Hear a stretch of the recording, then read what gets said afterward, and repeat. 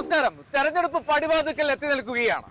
ഈ തെരഞ്ഞെടുപ്പിന്റെ ആവേശം അത് മണ്ഡലങ്ങൾ തോറും ഇങ്ങനെ വ്യാപിച്ചു പോകുമ്പോൾ നമ്മുടെ ക്യാമ്പസുകൾ എന്തായിരിക്കും പറയുന്നത്?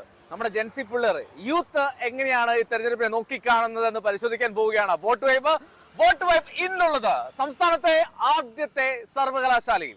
ആ സർവകലാശാലയുടെ ക്യാമ്പസിൽ, കേരള സർവകലാശാലയുടെ കാര്യവട്ടം ക്യാമ്പസിലാണ്. അവിടുത്തെ നല്ല കിടുക്കൻ പിള്ളേര് നമ്മോടൊപ്പം ഉണ്ട്. അവർ പറയും അവരുടെ വൈബ് എന്താണ്, അവരെന്താണ് ഈ ഇലക്ഷനെ, ഈ തെരഞ്ഞെടുപ്പിനെ എങ്ങനെയാണ് നോക്കിക്കാണുന്നത് എന്ന്. അപ്പൊ കേരള സർവകലാശാലയിലെ ക്യാമ്പസിലെ കുട്ടികൾക്ക് എന്താണ് തെരഞ്ഞെടുപ്പിൽ അവരുടെ അനുഭവങ്ങൾ, അവരുടെ പ്രതീക്ഷകളൊക്കെ പങ്കുവെക്കാൻ എന്താണ് അവർ ശ്രമിക്കുന്നത് എന്ന് നമുക്ക് ആദ്യം ചോദിക്കാം. ഞാൻ ആദ്യം ചെയർമാൻ ഇവിടെ നിൽക്കുന്നത്. ചെയർമാൻ നമസ്കാരം. നമസ്കാരം. ചെയർമാന്റെ പേര്? എന്റെ പേര് എബി. എബി. അതെ. എബി, അപ്പോൾ ഈ ഇലക്ഷൻ ഉണ്ടായ ഒരു ക്യാമ്പസ് ആണോ ചോദിക്കണല്ലോ? തെരഞ്ഞെടുപ്പ് നേരിട്ട് ജയിച്ചു വന്നാണോ? അതെ അതെ. തെരഞ്ഞെടുപ്പ് ഉണ്ടായിരുന്നു. അതെ അതെ. എന്നിട്ട് എങ്ങനെയായിരുന്നു? സ്ട്രോങ് ആയിരുന്നു അതോ? ശരി, എന്തായിരുന്നു തെരഞ്ഞെടുപ്പ് തന്ത്രങ്ങള്? തെരഞ്ഞെടുപ്പ് തന്ത്രങ്ങള് എന്താ പറയാ, നമ്മള് വിദ്യാർത്ഥികളിലോട്ട് ഇറങ്ങിച്ചെല്ല, അവരിലോട്ട് സമ്പാദിക്കുക, കാര്യങ്ങൾ പറയാ. അത് തന്നെയാണ് നമ്മളിവിടെ ചെയ്തു വരുന്നത്. എല്ലാ ക്യാമ്പസുകളിലുള്ള പോലെ തന്നെയാണ് ഇവിടെ ആ രീതിയിലുള്ള കാര്യങ്ങളാണ് ഉദ്ദേശിക്കുന്നത്. ശരി, ഈ ചെയർമാനെ തെരഞ്ഞെടുത്ത വിദ്യാർത്ഥികളാണ് ഇവിടെ ചോദിക്കാം കുറച്ച് കഴിഞ്ഞിട്ട് ഇവർ എങ്ങനെയുണ്ട് ചെയർമാൻ എന്നുള്ളത് എല്ലാം പറയോ പിള്ളേര്? പിന്നെ അവര് പോസിറ്റീവായിട്ട് പറയും, ചോദിക്കാം. ഉറപ്പാണ്. എന്നാലും കൊള്ളാം. ഞാൻ എബിയിലേക്ക് നമുക്ക് വീണ്ടും വരാം. ഞാൻ ബാക്കി എല്ലാവരോടും ചോദിക്കുന്നത് അല്ലേ. അപ്പോ എങ്ങനെ, ലേഡീസ് ഫസ്റ്റ് ആണോ ജെൻസ് ഫസ്റ്റ് ആണോ? ഇവിടെ എങ്ങനെയാണ് പ്രാതിനിധ്യം ആർക്കാ കൂടുതൽ? എന്താ പ്രാതിനിധ്യം കൂടുതൽ ആർക്കാ ഇവിടെ ക്യാമ്പസിൽ?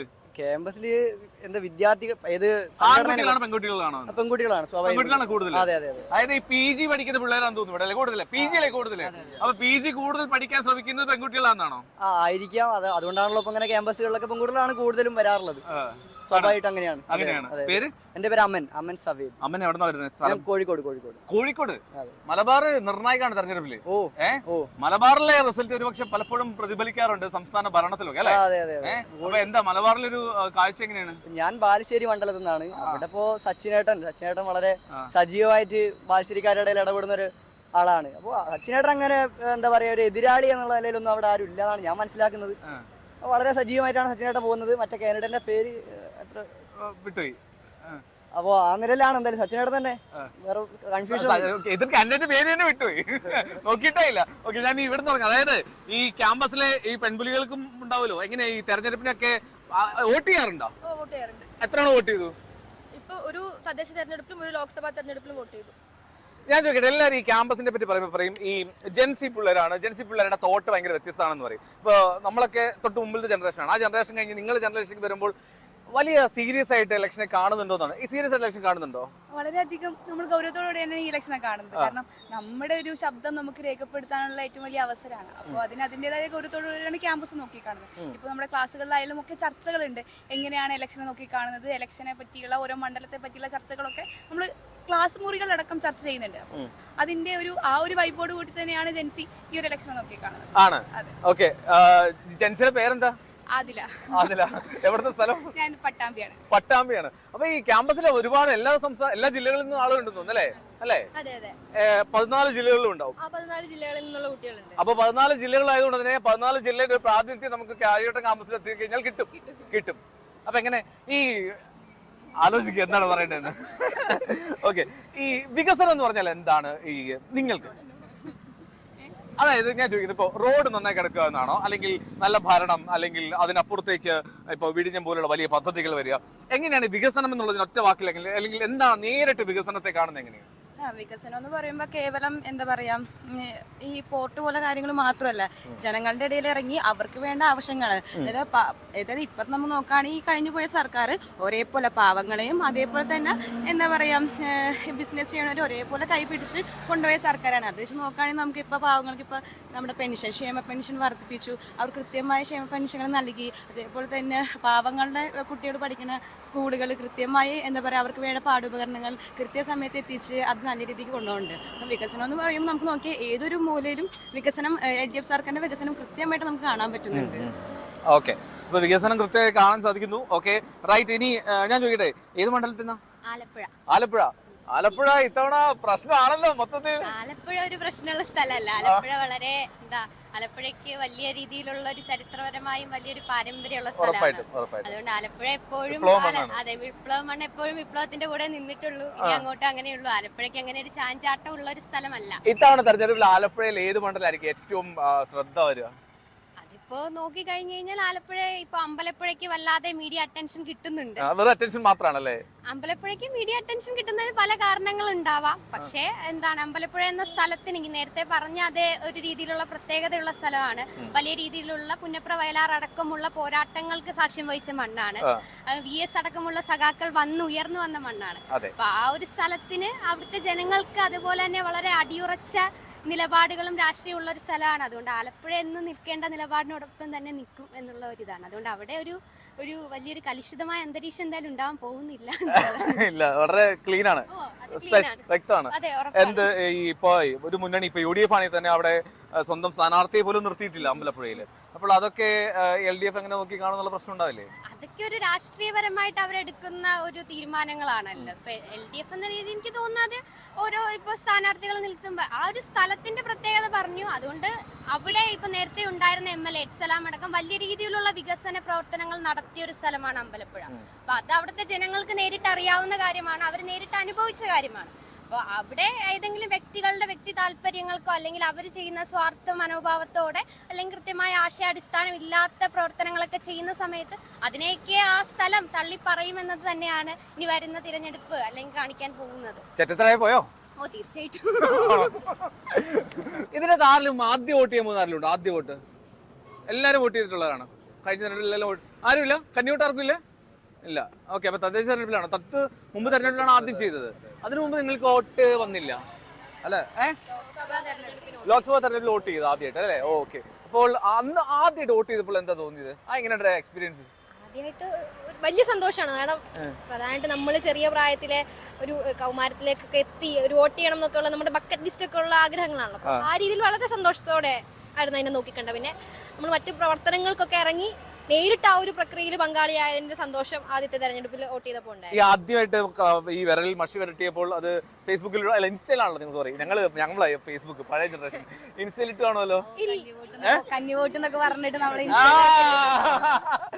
ആദ്യമായിട്ടല്ല നമ്മൾ ചെയ്യുന്നത്. നമ്മുടെ ജനാധിപത്യ ഒരു ഇതിലും മുന്നോട്ട് പോയിട്ട് നമ്മൾ നേരത്തെ പറഞ്ഞ മാതിരിക്ക് നമ്മൾ മുൻകൂട്ടി എല്ലാവരും പ്രവർത്തിച്ച് ശീലമായിട്ട് നമുക്ക് ഇങ്ങനെ ചെയ്യണമെന്നില്ല. അപ്പൊ ആദ്യമായിട്ട് നമ്മൾ ഇൻസ്റ്റയിലൊക്കെ ഇതാ കന്നിവോട് എന്ന് പറഞ്ഞാൽ നമ്മൾ ഫ്രണ്ട്സൊക്കെ കൂട്ടത്തിൽ ഇരുന്നിട്ടൊക്കെ ഇട്ടിട്ടില്ല. നല്ല നല്ല മെമ്മറീസ് ആയിരുന്നു. ഇൻസ്റ്റയിൽ സജീവം തോന്നുന്നല്ലേ? എത്ര ഫോളോവേഴ്സ്? 3K.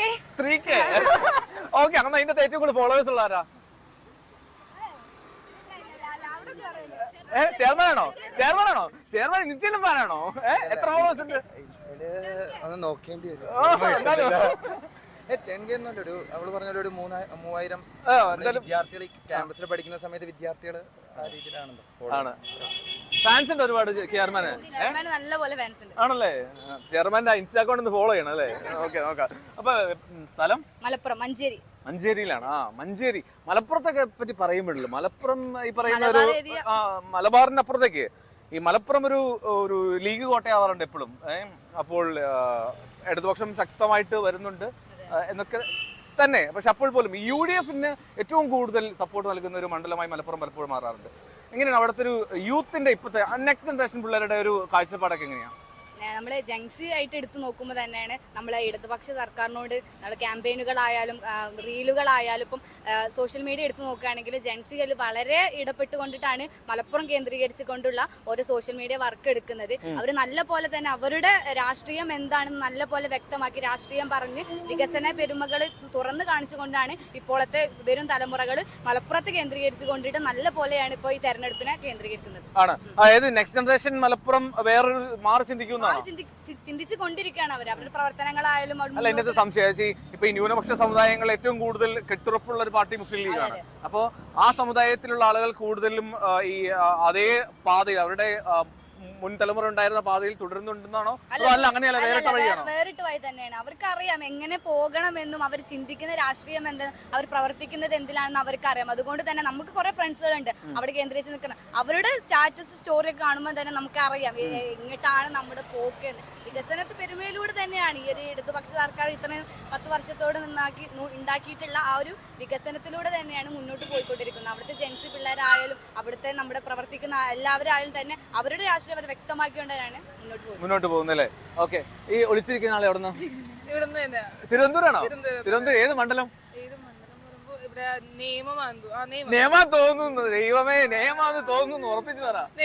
നിയമം തന്നെ. വോട്ട് ചെയ്താതിട്ടാണോ? കഴിഞ്ഞാണോ?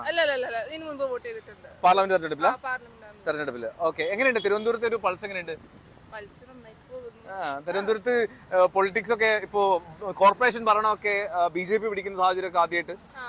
അപ്പോൾ എങ്ങനെയാണ് തിരുവനന്തപുരം ഈ നിങ്ങളുടെ യൂത്തിന്റെ കാഴ്ചപ്പാട് എങ്ങനെ? തിരുവനന്തപുരം കൊള്ളാമോ? നന്നായി വളരുന്നുണ്ടോ? നന്നായിട്ട് വളരുന്നുണ്ട്. ഇപ്പോ ഇവിടുത്തെ ഒരു ഇത് എന്താ പറയാ, കുട്ടികൾ ഇപ്പോഴത്തെ ജെൻസി പിള്ളേരാണേലും ഇപ്പോൾ അവർക്കറിയാം, അവർക്ക് ഈ ഭരണം ഓരോന്നും കണ്ടിട്ട് അവർക്കറിയാം എങ്ങനെ ആരുടെ കൂടെ നിൽക്കണം എന്നൊക്കെ അവർ മനസ്സിലാക്കി തുടങ്ങുന്നുണ്ട്. അപ്പം മാറ്റങ്ങൾ ഉടനെ തന്നെ ഇങ്ങനെ വളർന്നുകൊണ്ടിരിക്കുകയാണ് അവരുടെ ഇടയിലും ഓരോ ഇത് ചിന്തകളും. ശരി ശരി ശരി. അവിടെയും ബാക്കിൽ ഒരാള്, ഈ ബാക്കിൽ ഒളിച്ചിരിക്കുന്ന അവിടെ പേര് റോസ്മിൻ. എവിടുന്ന? തൃശ്ശൂരാണ്. തൃശ്ശൂർ ഏതാ മണ്ഡലം? തൃശ്ശൂർ മണ്ഡലമാണോ? ഓക്കെ. തൃശ്ശൂരിൽ ഇപ്പൊ എങ്ങനെയാ? തൃശ്ശൂർ ഇങ്ങ് എടുക്കുവോ അതോ തൃശ്ശൂർ അങ്ങ് എടുക്കുവോ?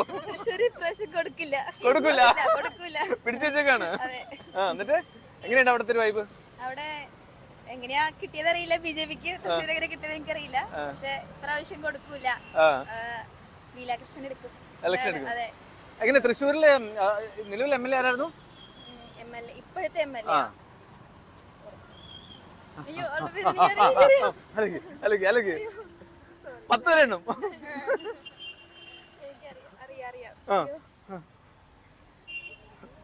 ഇത് മറ്റേ PSCക്ക് ചോദിച്ചല്ലേ? അങ്ങനെയാണോ?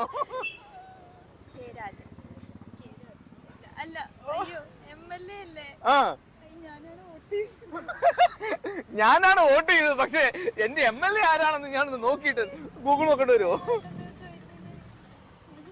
ശരി, ഞാൻ അടുത്താണ് ചോദിച്ചിട്ട് നമ്മളേക്ക് കണ്ടുപിടിക്കണേ. ഓക്കെ, സ്ഥലം എവിടെ? തൃശ്ശൂർ. രണ്ടുപേരും തൃശ്ശൂരാണല്ലേ?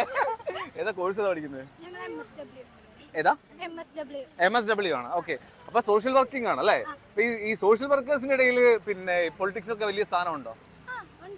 ഈ സോഷ്യൽ വർക്കിങ്ങും പൊതുപ്രവർത്തനം എന്നാ പറയാ രാഷ്ട്രീയക്കാരല്ലേ? ഈ പൊതുപ്രവർത്തനവും സാമൂഹ്യ, നിങ്ങളുടെ തന്നെ മലയാളത്തിൽ എന്താ പറയാ സോഷ്യൽ വർക്കിന്?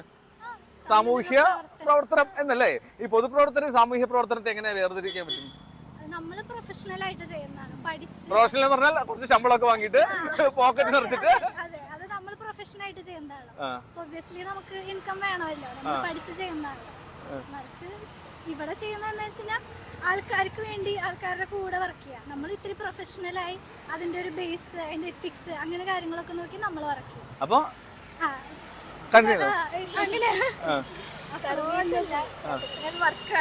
സർവീസ് അല്ല, പ്രൊഫഷണൽ വർക്കാണ്. എല്ലാവരും സോഷ്യൽ വർക്ക് എന്ന് പറയുമ്പോൾ അതൊരു സർവീസ് ആണ്. ഇപ്പൊ എല്ലാവരും എന്നോട് വന്ന് പറയും സോഷ്യൽ വർക്ക് എന്ന് പറയുമ്പോൾ അതിനൊക്കെ കോഴ്സ് വേണമെന്ന് ചോദിക്കുന്നവരൊക്കെ ഉണ്ട്. ഞങ്ങളും സോഷ്യൽ വർക്ക് ചെയ്യുന്നവരാണ്. അതിപ്പോ പൊളിറ്റിക്കൽ പാർട്ടി ഫോളോ ചെയ്യുന്നവരായാലും അല്ലെങ്കിൽ എന്തെങ്കിലും സർവീസ് മൈൻഡോട് കൂടി ചെയ്യുന്നവരായാലും അവർ വന്ന് പറയും ഞങ്ങളും സോഷ്യൽ വർക്കേഴ്സ് ആണ്. അതല്ല നമ്മൾ ഉദ്ദേശിക്കുന്ന സോഷ്യൽ വർക്ക്. നമ്മൾ കറക്റ്റായിട്ട് ഒരു വ്യക്തിക്ക് എങ്ങനെ അവരുടെ ലൈഫ് മുമ്പോട്ട് കൊണ്ടുപോകാൻ, അവർക്ക് പൈസ കൊടുക്കലല്ല, അവരെങ്ങനെ ആ ലൈഫ് ഇനി മുൻപോട്ട് കൊണ്ടുപോകാൻ അവർക്ക് ഒറ്റയ്ക്ക് എങ്ങനെ സാധിക്കും എന്നുള്ള കേപ്പബിൾ ആക്കാന്നുള്ളതാണ് സോഷ്യൽ വർക്കിന്റെ. ഇൻഡിപെൻഡന്റ് ആക്കാന്നുള്ളതിലാണ് നമ്മൾ സോഷ്യൽ വർക്ക്. ഓക്കെ, അപ്പോ ഭാവിയിൽ ഒരു കുറച്ച് വർഷങ്ങളൊക്കെ കഴിയുമ്പോൾ നമ്മൾ കാണുമ്പോൾ ഈ കേരളത്തിൽ അറിയപ്പെടുന്ന സോഷ്യൽ വർക്കായി മാറട്ടെ. ഓക്കെ, അപ്പോ ഇതിനിടയിൽ ഈ MLA കണ്ടുപിടിക്കാൻ പോയിട്ടുണ്ടായിരുന്നു. MLA കിട്ടിയോ? ഒപ്പിച്ചു. എങ്ങനെയുണ്ടായിരുന്നു MLA? കേൾക്കുന്നുണ്ടോ പുള്ളി? കേട്ടോ? പറ.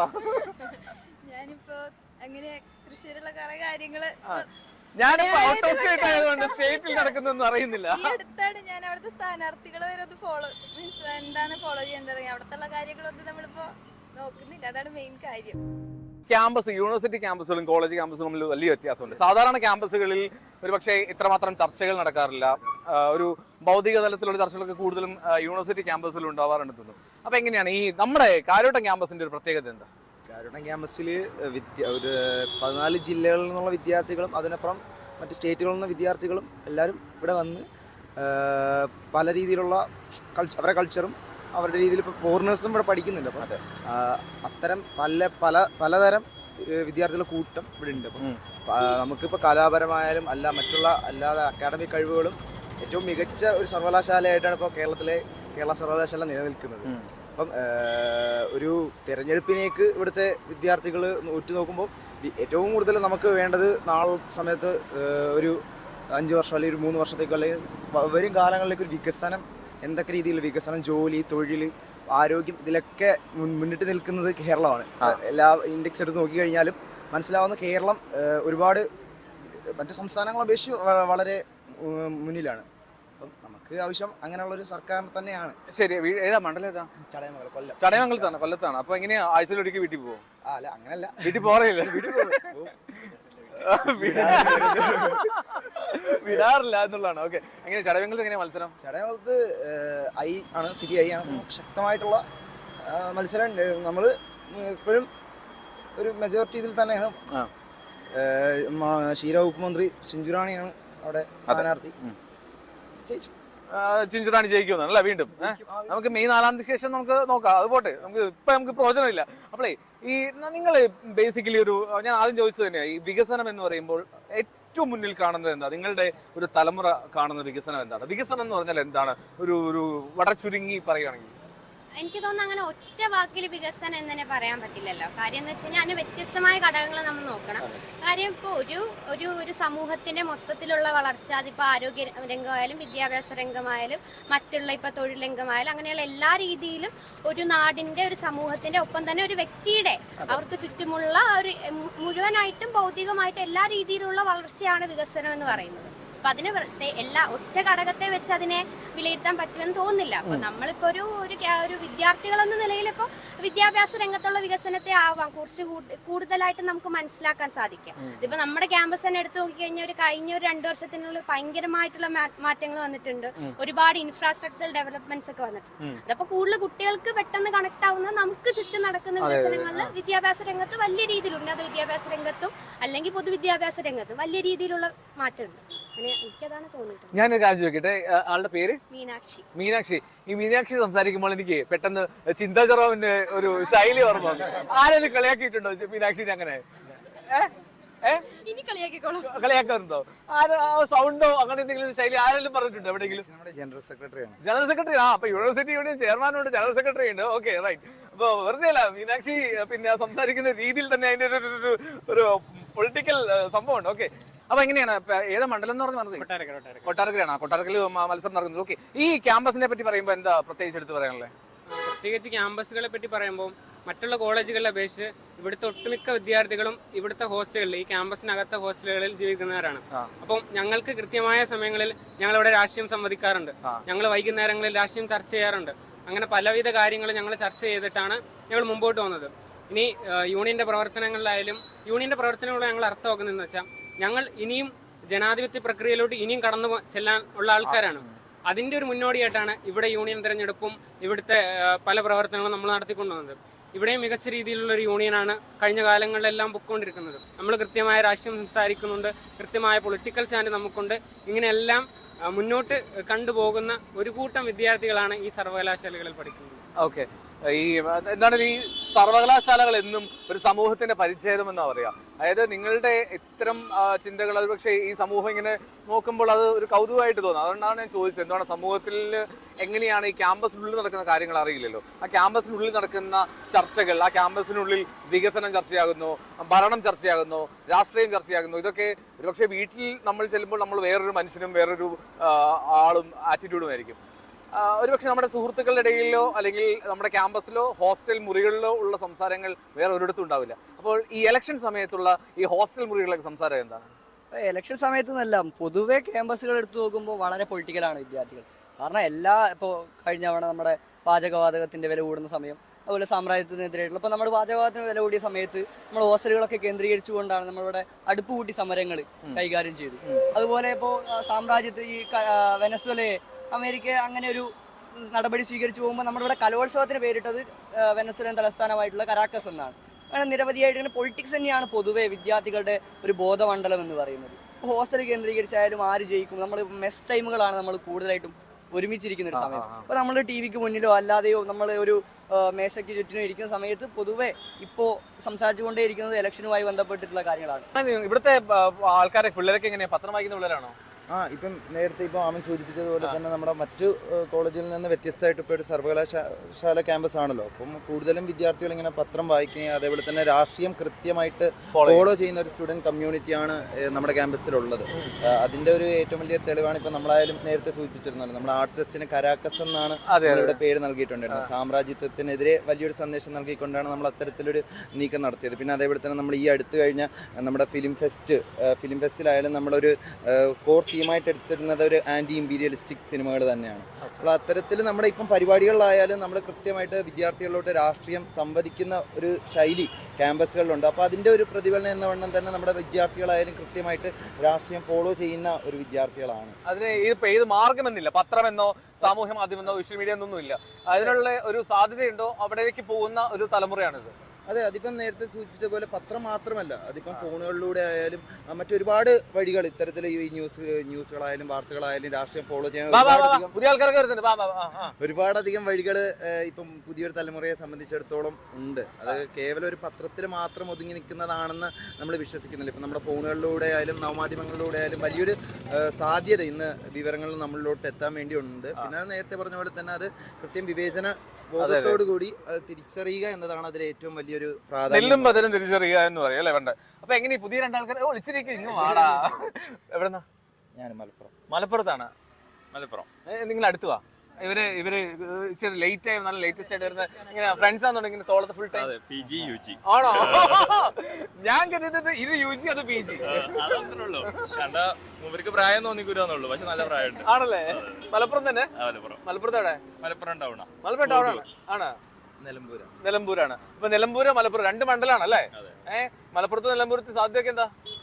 സാധ്യത ഇപ്പോ നിലവിലൊരു UDF തരംഗമുണ്ട്. പക്ഷേ എന്നിരുന്നാലും നല്ല സ്ഥാനാർത്ഥികളാണ് എവിടെയാണെന്നുണ്ടെങ്കിലും LDF നിർത്തിയിട്ടുള്ളത്.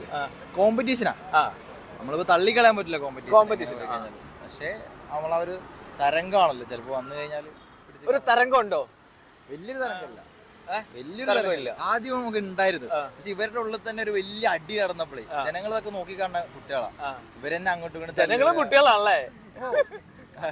നോക്കി തരുന്ന ആളുകളാ. അപ്പൊ ഇവര് എന്താ വെച്ച് കഴിഞ്ഞാല് ഇവര് തമ്മിൽ അടികൂടുന്നു, സീറ്റിന് വേണ്ടി തല്ലുകൂടുന്നു, സ്റ്റേജിൽ തന്നെ ഇവര് തല്ലുകൂടുന്നു.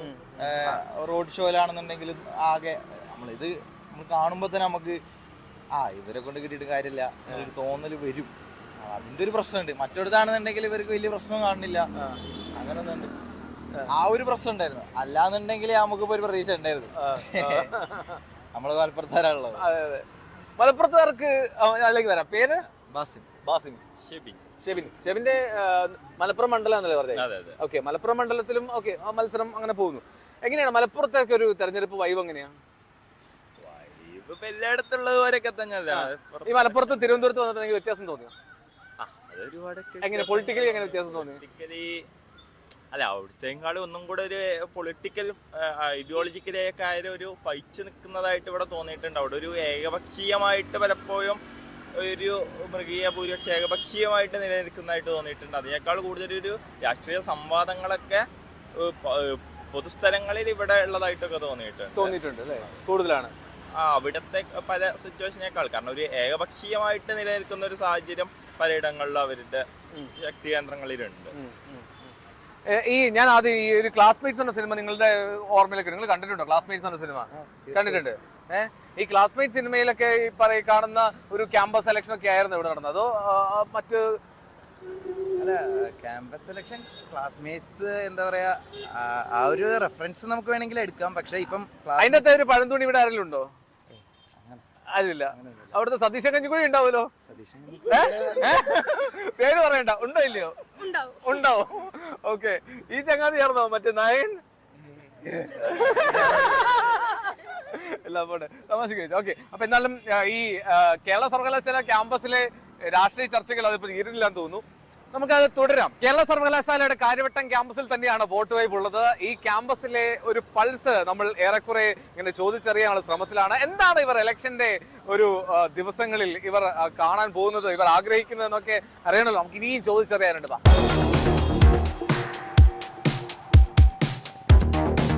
രണ്ടൊന്ന് ചോദിച്ചു വെച്ചോട്ടെ.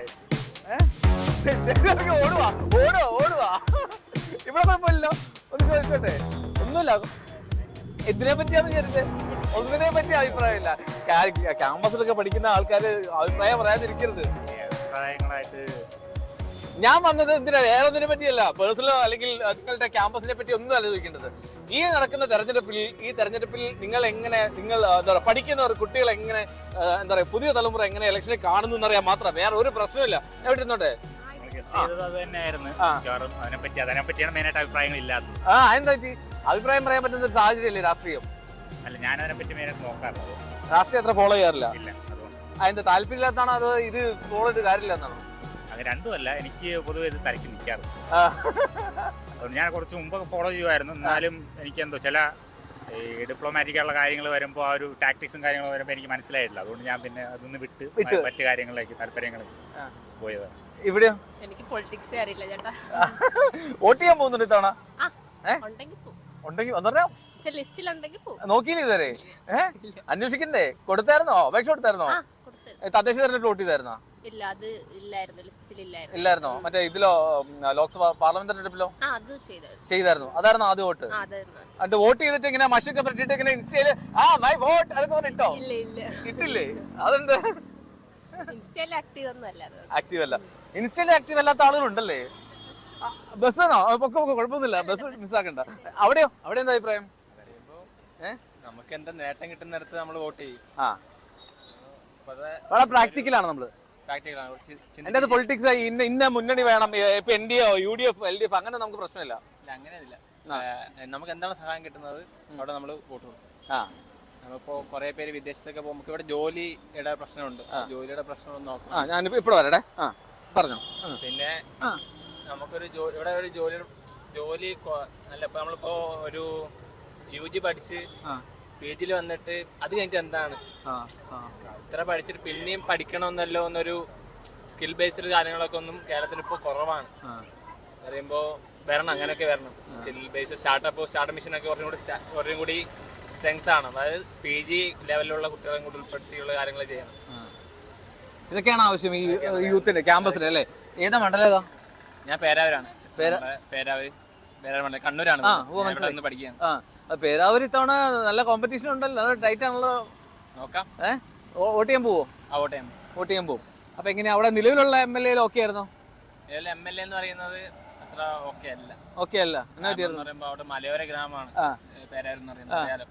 അപ്പോൾ അവിടെ ഫാർമേഴ്സിന് ഭയങ്കര വന്യമൃഗശല്യവും അങ്ങനത്തെ രൂക്ഷമായുള്ള സ്ഥലമാണ്. അതൊരു പുതിയൊരു 3 വർഷമായി ഒരു MLA ഇങ്ങനെ തുടരാൻ ഭരിച്ചുകൊണ്ടിരിക്കുന്നത്. MLA അവിടെ വന്ന് ഒരു ആവശ്യമായ കാര്യങ്ങളോ ഇതൊരു ചെയ്തേക്കാം എൻ്റെ അറിവിലില്ല. പ്രശ്നങ്ങളുണ്ട് ആണല്ലേ? അങ്ങനെ മാറണം, ആര് വന്നാലും മാറട്ടെ. ഓക്കെ, അപ്പൊ എന്തായാലും ഇതാണ് ഇവിടുത്തെ മറ്റൊരു അഭിപ്രായം. എന്നാലും നമ്മള് ചിലതനുസരിച്ച് ഇവിടെ നിറഞ്ഞ് പിള്ളേരുണ്ടായിരുന്നു. ഇപ്പൊ ഒറ്റണമല്ല, എല്ലാവരും ബൈക്കാണ് ഓടുക. ഓടറാ ഓട്ടം, ഓട്ടത്തോടെ ഓട്ടം. ആരെങ്കിലും തപ്പട്ടെ. ഓയ് ഹായ്. ഒന്നുമില്ല, നമ്മള് ഈ ഇലക്ഷന്റെ ഒരു വൈബ് തേടി വന്നതാ. ബസ് വന്നോ? ഏതാ ബസ്? എങ്ങോട്ടുള്ള ബസ്സാ? ചെറങ്ങയിലേക്ക് എപ്പോഴും ബസ്സില്ലേ? നിങ്ങൾ പെട്ടെന്ന് പറഞ്ഞിട്ട് നോക്കോ. എന്താ അവസ്ഥ ഇത്തവണത്തെ തെരഞ്ഞെടുപ്പ് വൈബ് എങ്ങനെയാ? പൊളി വൈബാണോ? ടൈറ്റ് ആണോ? ഈ ബസ്സിൽ കയറാനാണോ? അത് വൻ തിരക്കല്ലേ? പോകണോ? അത് ബസ് കണ്ടോ? വിട്ടോ പോകണോ? നീ പോണോ? അവന്മാരെ ബസ് പോയോ? അല്ലെങ്കിൽ വിട്ടൊക്കെ പോട്ടെ.